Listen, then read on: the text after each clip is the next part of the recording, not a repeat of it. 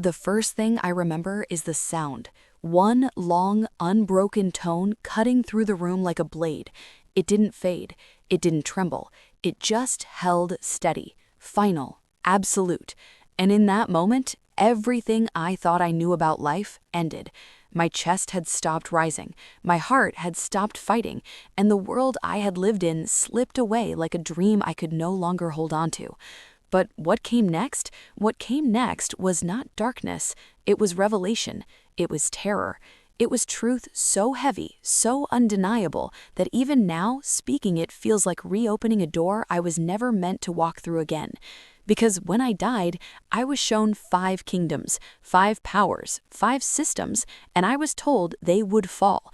And before I came back, I saw 2 of them already collapse. My name is Daniel Okafor.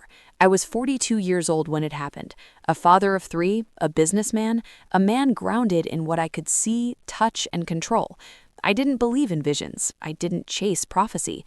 Life was simple to me. Work hard, provide, survive. But all of that changed the night my body gave out, and something beyond this world pulled me into a reality I cannot deny. What I saw there wasn't just for me, it was a warning, and now I carry it whether I want to or not. The story you are about to watch is based on a real-life testimony. However, we have used AI-generated characters and visuals to present this story in a way that honors the experience while protecting the identity of those involved. The events, emotions, and spiritual encounters described are real. Only the faces and voices have been changed. Viewer discretion is advised. It started with pressure in my chest, sharp, sudden, unforgiving. I remember grabbing the edge of the table, trying to steady myself as the room tilted. My wife called my name, panic rising in her voice, but I couldn't respond. My body was shutting down faster than my mind could comprehend. Then came the fall, the impact, and then silence. Not the kind you hear when a room goes quiet, but something deeper, a silence that swallowed everything, sound, thought, fear. But I was still aware.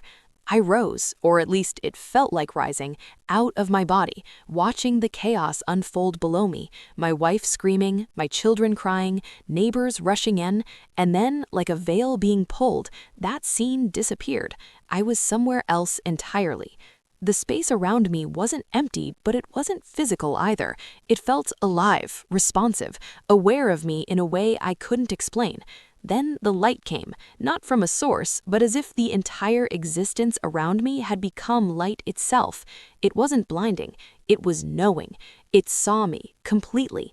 Every lie, every truth, every moment of my life laid bare without a single word being spoken. And then I realized I wasn't alone. There was a presence, a being, not human, not something I could fully describe, but it carried authority. Not the kind of authority you question, but the kind you feel in your core, the kind that demands attention without force.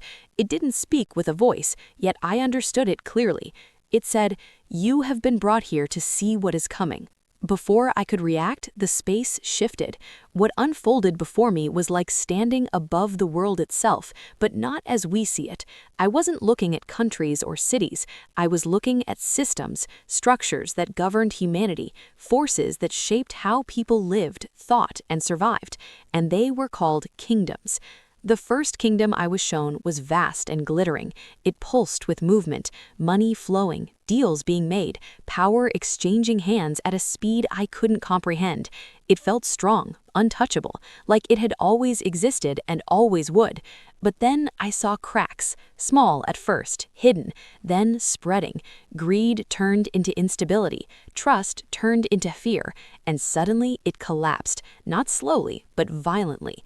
Everything it held together shattered, leaving chaos in its wake. And I knew this was the kingdom of wealth, of economy, of material power. The second kingdom was different. It stood on influence, on voices, on control over what people believed to be true. I saw waves of information, ideas moving like currents through minds across the world. But then confusion, division, truth and lies twisted together until no one could tell the difference. The structure weakened under its own weight, and then it fell, not with noise, but with collapse from within. This was the kingdom of influence, media, voices, perception. The third kingdom felt ancient. It carried authority, structure, order, leaders, governments, systems of control that dictated how societies functioned. It appeared solid, unshakable, but beneath it I saw unrest building like pressure under the earth, people rising, systems failing, power turning against itself. The being did not show it fully collapsing, but I knew it would. The fourth kingdom was spiritual, but not pure. It was belief shaped by man, distorted over time. I saw people searching, desperate for truth, yet being led into confusion, manipulation, control disguised as guidance. This kingdom flickered, unstable, on the edge of exposure, and I felt something shift in me. This collapse would shake people to their core. The fifth kingdom was the most personal. It wasn't built on systems or institutions. It was built on the human heart, pride, ego, self. I saw individuals, countless lives driven by self-preservation, disconnected from love, from truth, from purpose. And I understood then this was the root of everything, and its collapse would not be forced, it would be chosen or resisted. Then the being showed me something that made my entire existence tremble. Two of the kingdoms had already collapsed. I saw it clearly, not in headlines or events, but in consequences. The cracks had already turned into fractures.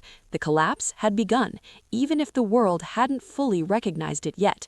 The kingdom of truth and influence was already broken. People no longer trusted what they heard, what they saw.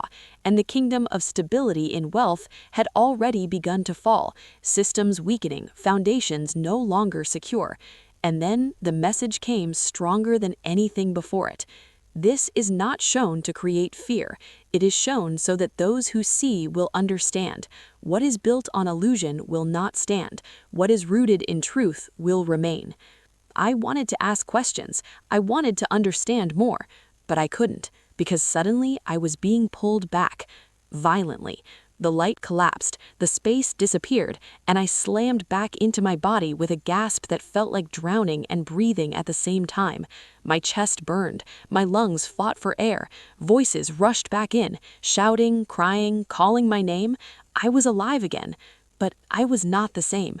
The first words I spoke weren't planned. They came out of me like something I couldn't hold back. I said, "Two have already fallen. The rest are coming." The room went silent. My wife stared at me like she didn't recognize me. The doctors looked confused, but I knew what I had seen, and I knew it wasn't over. Since that day, I don't see the world the same way. I see patterns. I see cracks where I once saw strength. I see how fragile everything we depend on truly is. But more than that, I see what matters, what lasts, what cannot be shaken when everything else falls away. Because the truth is, the warning wasn't just about kingdoms.